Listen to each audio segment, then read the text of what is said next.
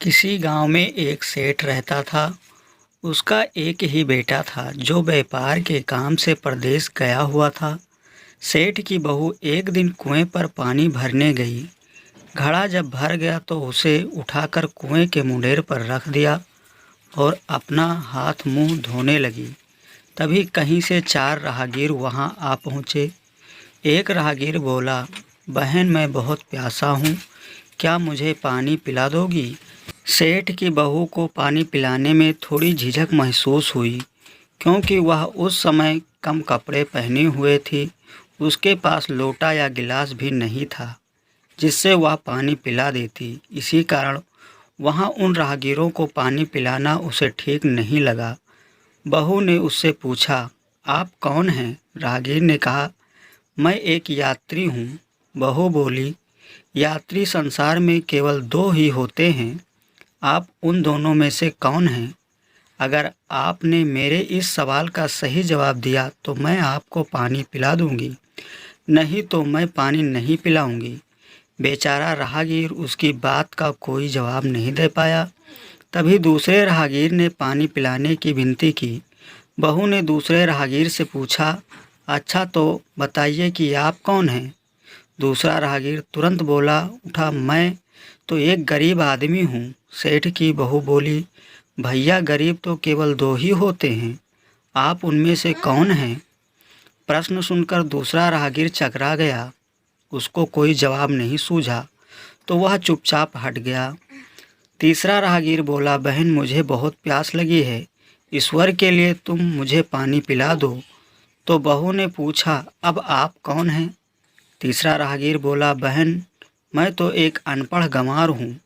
यह सुनकर बहू बोली, अरे भाई, अनपढ़ गंवार तो इस संसार में बस दो ही होते हैं, आप उनमें से कौन हैं? बेचारा तीसरा राहगीर भी कुछ बोल नहीं पाया। अंत में चौथा राहगीर आगे आया और बोला, बहन मेहरबानी करके मुझे पानी पिला दें, प्यासे को पानी पिलाना तो बड़े पुण्य का काम होता है। सेठ की बहू बड़ी ही चतुर और होशियार थी।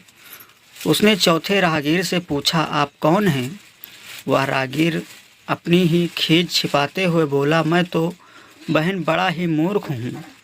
बहू ने कहा, मूर्ख तो संसार में केवल दो ही होते हैं, आप उनमें से कौन हैं? वह बेचारा भी उसके प्रश्न का उत्तर नहीं दे सका। चारों पानी पिए बगैर ही वहाँ से जाने लगे तो बहू बोली, यहाँ से थोड़ी दूर पर मेरा घर है, आप लोग कृपया वहीं चलिए, मैं आप लोगों को पानी पिला दूंगी। चारों राहगीर उसके घर की तरफ चल पड़े। बहू ने इसी बीच पानी का घड़ा उठाया और छोटे रास्ते से अपने घर पहुंच गई। उसने घड़ा रख दिया और अपने कपड़े ठीक तरह से पहन लिए। इतने में वे चारों राहगीर उसके घर पहुंच गए। बहू ने उन सभी को गुड़ दिया और पानी पिलाया। पानी पीने के बाद वे राहगीर अपनी राह पर चल पड़े। सेठ उस समय घर में एक तरफ बैठा यह सब देख रहा था। उसे बड़ा दुख हुआ। वह सोचने लगा, इसका पति तो व्यापार करने के लिए परदेश गया है और यह उसकी गैर हाजिरी में पराये मर्दों को घर बुलाती है, उनके साथ हंसती बोलती है। इसे तो मेरा भी लिहाज नहीं है। यह सब देखकर मैं चुप रह गया तो आगे मैं इसकी हिम्मत और बढ़ जाएगी। मेरे सामने इसे किसी से बोलते बतियाते शर्म नहीं आती तो मेरे पीछे न जाने क्या करती होगी। फिर एक बात भी है कि बीमारी कोई अपने आप ठीक नहीं होती, इसके लिए वैद्य के पास जाना पड़ता है। क्यों अपना इसका फैसला राजा पर ही छोड़ दूं? यही सोचता हुआ वह सीधा राजा के पास जा पहुंचा और अपनी परेशानी बताई। सेठ की सारी बातें सुनकर राजा ने उसी वक्त बहू को बुलाने के लिए सिपाही बुलवा भेजे और उसने कहा, तुरंत सेठ की बहू को राजसभा में उपस्थित किया जाए। राजा के सिपाहियों को अपने घर पर आया देख उस सेठ की पत्नी ने अपने बहू से पूछा, क्या बात है बहू? रानी, क्या तुम्हारी किसी से कहा सुनी हो गई थी जो उसकी शिकायत पर राजा ने तुम्हें बुलाने के लिए सिपाही भेज दिया है? बहू ने सास की चिंता को दूर करते हुए कहा, नहीं सासू माँ, मेरी किसी से कोई कहा सुनी नहीं हुई है, आप जरा भी फिक्र ना करें। सास को आश्वासित कर वह सिपाहियों से बोली, तुम पहले अपने राजा से यह पूछ कराओ कि उन्होंने मुझे किस रूप में बुलाया है, बहन, बेटी या फिर बहू के रूप में? किस रूप में मैं उनकी राजसभा में आऊं?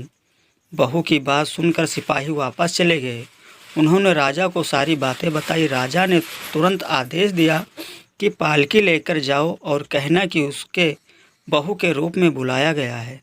सिपाहियों ने राजा की आज्ञा के अनुसार जाकर सेठ की बहू से कहा, राजा ने आपको बहू के रूप में आने के लिए पालकी भेजी है।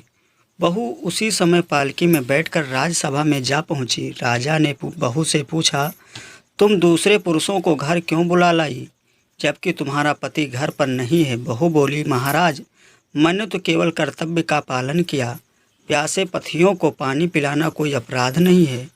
यहाँ हर गृहिणी का कर्तव्य है। जब मैं कुएं पर पानी भरने गई थी तब तन पर मेरे कपड़े अजनबियों के सम्मुख उपस्थित होने के अनुरूप नहीं थे। इसी कारण उन राहगीरों को कुएं पर पानी नहीं पिलाया।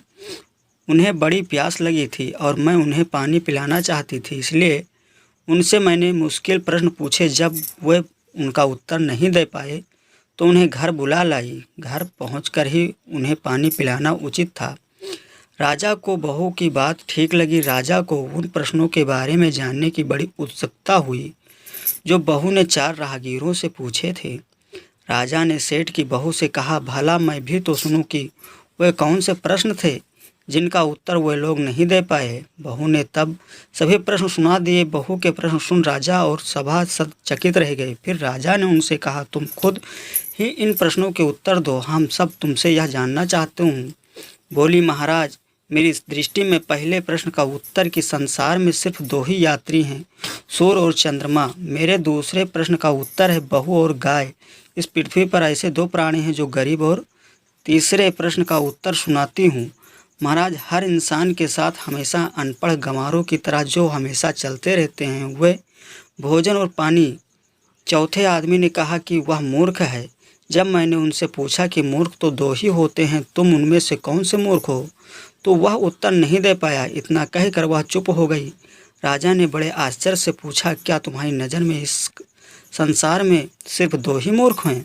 महाराज, इस घड़ी में इस समय मेरी नज़र में सिर्फ 2 ही मूर्ख हैं। राजा ने कहा, तुरंत बतलाओ कि वो 2 मूर्ख कौन हैं। इस पर बहू बोली, महाराज, मेरी जान बख्शी जाए तो मैं इसका उत्तर दूं। राजा को बड़ी उत्सुकता थी यह जानने कि वो 2 मूर्ख कौन हैं। सो उनसे तुरंत बहू से कहा दिया, निसंकोच होकर कहो, हम वचन देते हैं तुम्हें कोई सज़ा नहीं दी जाएगी। बहू बोली, महाराज, मेरे सामने इस वक्त बस 2 ही मूर्ख हैं। फिर अपने ससुर की ओर हाथ जोड़कर कहने लगी, पहले मूर्ख तो मेरे ससुर जी हैं, जो पूरी बात जाने बिना अपनी बहू की शिकायत राज दरबार में की। अगर इन्हें शक हुआ ही था या पहले मुझसे पूछा होता, खुद ही इन्हें सारी बातें बता देती। इस तरह घर परिवार की बेइज्जती तो नहीं होती। ससुर को अपनी गलती का एहसास हुआ।